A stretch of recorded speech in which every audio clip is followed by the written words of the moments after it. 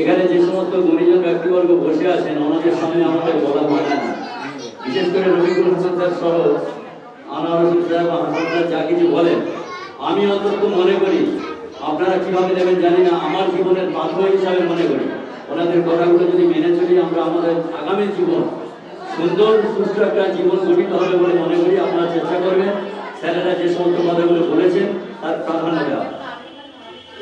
ঠিক তারপরে বলবো, আমি আপনাদের কাছে আন্তরিকভাবে দুঃখ প্রকাশ করছি, স্যারের কাছে আমি বলে নিয়েছিলাম স্যার আমার একটু যেতে দেরি হবে, এই জন্য দুঃখ প্রকাশ করলাম, আমি নিজে দেরিতে এসেছি।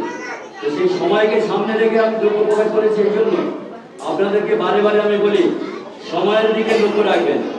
আমি লক্ষ্য করেছি কিছু কিছু দিদিভাইরা মা বোনেরা যাচ্ছেন, আবার কিছু কিছু লক্ষ্য করেছে যে সবে তারা আসছে, সবে মাত্র। তাহলে যে সমস্ত দিদিভাইরা স্যারের দেওয়া সময় অনুযায়ী